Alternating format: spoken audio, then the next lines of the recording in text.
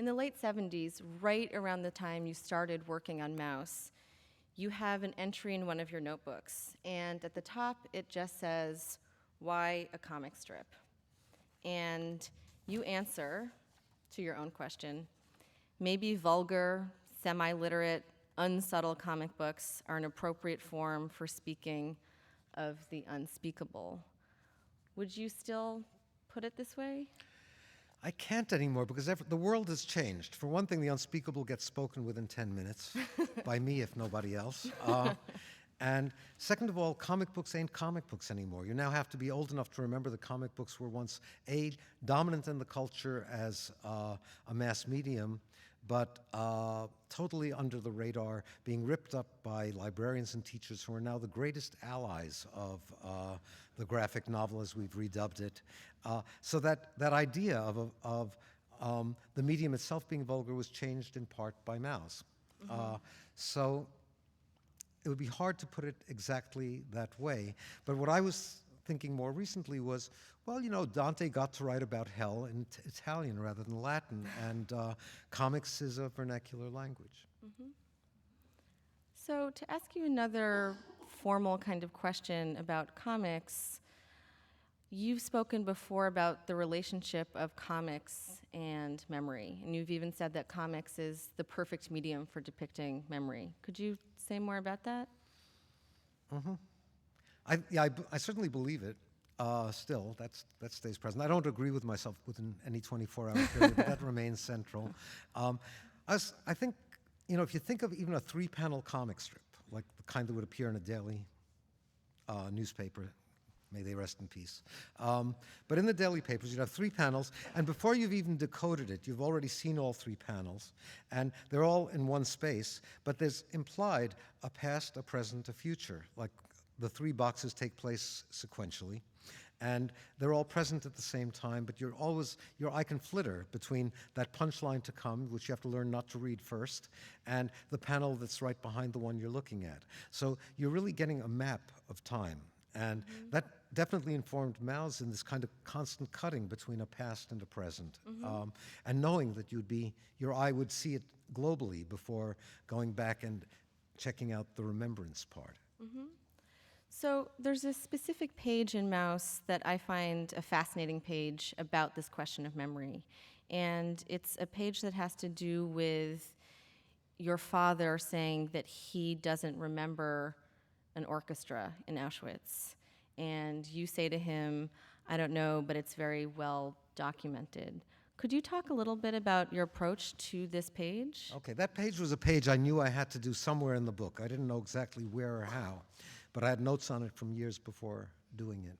Incidentally, I have to say that I'm sometimes very suspicious of academics, but the reason I allowed Hillary into my life was an early paper that I'd seen in which, although she was a lit grad student, she knew how to look at things and how to not use jargon.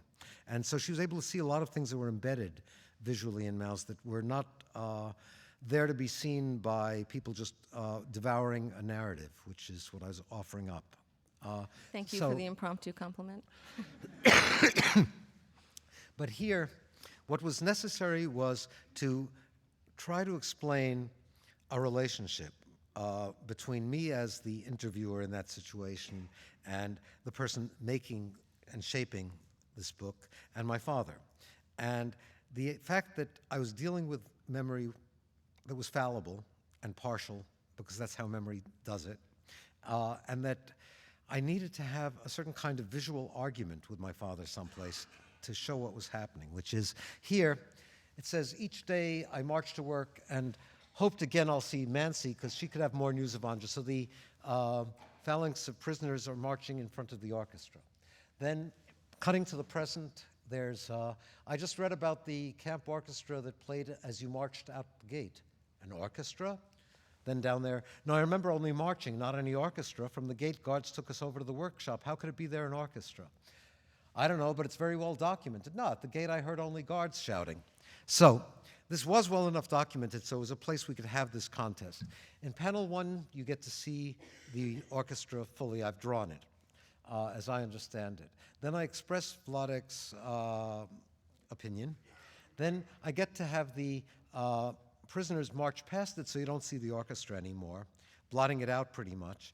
But I'm in charge here, not my father's memory. So I get to show the little top of the cello and a couple of instruments behind, saying, no, Dad, there was an orchestra, really. And then I get to be also the wise guy that I need to be to keep myself going through this thing. So I also drew those slats of wood that they were, the wooden structure that they're standing in front of, so it looks like a staff of music. But that's for nobody to see except you and me. And then when the march continues, it continues into Art and Vladek marching off in the next panel.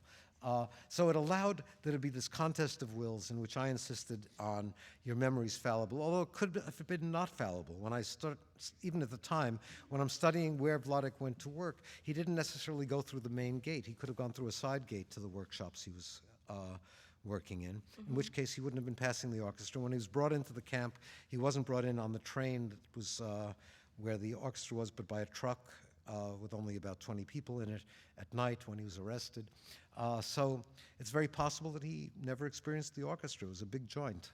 But I needed to have that argument because I needed to make it clear somehow that I was shaping this work.